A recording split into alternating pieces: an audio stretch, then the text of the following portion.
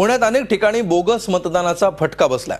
मतदार कार्ड घेऊन मतदान केंद्रावर जाऊन पोचावं तर आधीच कुणीतरी त्या नावावर मतदान केलंय असं समोर आलं। त्यातल्याच एक सुमन कुलकर्णी, त्यांच्याशी बातचीत केली आमचे प्रतिनिधी अरुण मेहत्रे यांनी।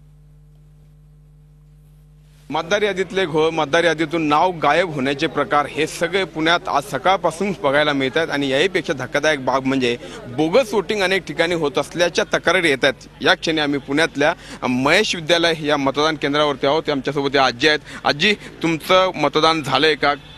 सांगा काय झालंय? नाही झालं, केलंच नाही, मला दिलंच नाही काय मतदान, झालंच नाही माझं मतदान।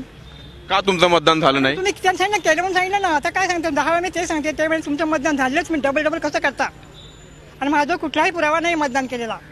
तुमचं नाव यादीमध्ये आहे? आज मी 5 वर्ष मतदान करतो, 5 वर्षाला। आज तुम्ही यादीमध्ये नाव बघितलं तुमचं? आजच्या यादीमध्ये होतं? माझ्या मुलांनी केलं ना, बरं, पण तुमचं नावच नाही म्हणे। कोण याला जबाबदार आहे असं तुम्हाला वाटतं?